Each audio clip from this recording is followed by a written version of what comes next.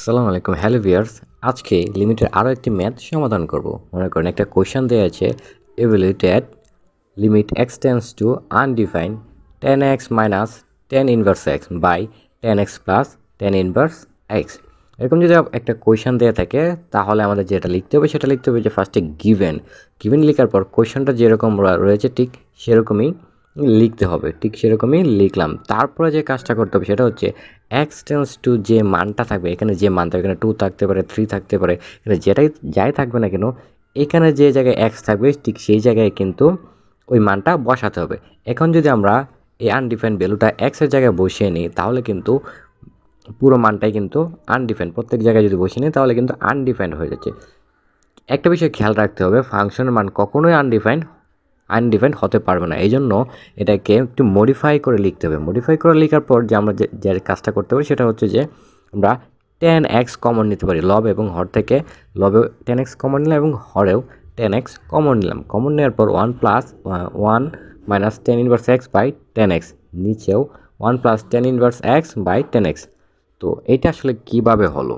তো আমরা একটু ডান পাশে খেয়াল করেন। ডান পাশে যে আমরা দেখতে পাচ্ছি এখানে এই যে এটা রয়েছে, এটা থাকার পরে যে আমরা যে কাজটা করলাম এটা হচ্ছে আমরা 10x আমরা কি করলাম, গুণ করে দিলাম। লব এবং হরে 10 গুণ করে দিলাম। এর কারণ হচ্ছে যদি এই 10x আর এই 10x যদি আমরা কেটে দিই তাহলে কিন্তু মান অপরিবর্তিত থাকতেছে, নিচেও ঠিক সেম, হরেও এই যে 10x আর এই যে 10x এটা যদি আমরা কেটে দিই তাহলে কিন্তু মান, এই যে দেখেন, মান কিন্তু অপরিবর্তিত থাকতেছে।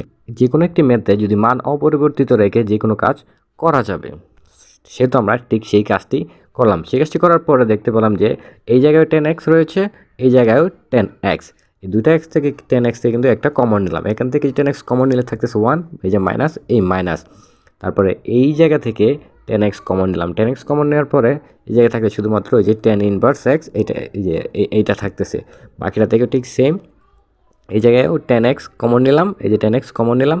তারপরে এই জায়গা থেকেও 10x কমন নিলাম, 10x এই যে প্লাস, এই যে প্লাস 10x কমন নেওয়ার পরে এই 10x কমন নেওয়ার পরে 10 ইনভার্স x বাই 10x এটা কিন্তু থাকতেছে। ঠিক আমি কিন্তু ঠিক এই কাজটাই করলাম, একটা লাইন কমিয়ে দিলাম আর কি। এবার আসি থার্ড নাম্বার লাইনে।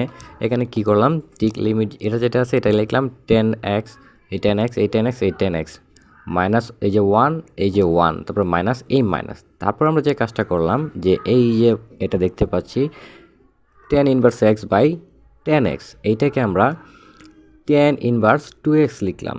এটা আসলে কিভাবে হয়, ফাংশনে কিন্তু যদি ভাগ অবস্থায় থাকে এবং বেজ সমান থাকে তাহলে তবে কিন্তু পাওয়ারগুলো যোগ হয়। তো এটা কিভাবে, মনে করেন এই যে এই অংশটা আমরা মনে করেন যে ঠিক এভাবে এই জায়গায় ডান পাশে একটু খেয়াল করেন লিখলাম। এই 10 ইনভার্স এক্সকে কিন্তু এভাবে গুণ আকারে লেখা যায়। যদি আমরা 10 ইনভার্স এক্সকে উপর থেকে সাইডে নিয়ে আসি তাহলে কিন্তু উপরে 1 থাকতেছে বাই 10x, আর এইটা রয়ে গেল 1/10xকে কিন্তু 10 ইনভার্স x লেখা যায়।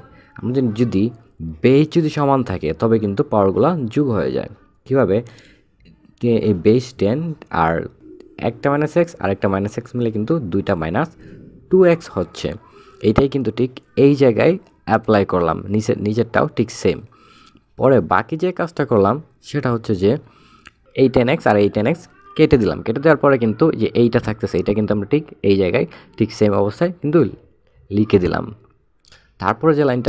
তারপরে যে পরের লাইনটাতে আসি, পরের লাইনটাতে কিন্তু দেখেন, একটু খেয়াল করেন, এইটাতে কিন্তু এই যে দেখেন 1 লিখলাম, তারপর মাইনাস 10 ইনভার্স 2xকে কিন্তু 1/2x লেখা যায়। উপরে ঠিক এটা লিখলাম এবং নিচেরটা তো ঠিক সেমটা লিখলাম। লেখার পরে কিন্তু এইভাবে পরের লাইনটাতে আসি, পরের লাইনটাতে কিন্তু আমরা এক্সের মানটা বসিয়ে নিলাম। এক্স টেন্স টু আনডিফাইন্ড, এক্সের মান যদি আমরা আনডিফাইন্ড বসাই তাহলে কিন্তু এই পুরো মানটা আনডিফাইন্ড হয়ে যাচ্ছে। আনডিফাইন্ডকে যদি ওয়ানকে আনডিফাইন্ড দ্বারা যদি 1কে ভাগ করি তবে কিন্তু এই জায়গায় 0 আসতেছে। ঠিক সেম এই জায়গায়ও কিন্তু এক্সের মান যদি আনডিফাইন্ড বসে তাহলে এই জায়গায়ও 0 আসতেছে।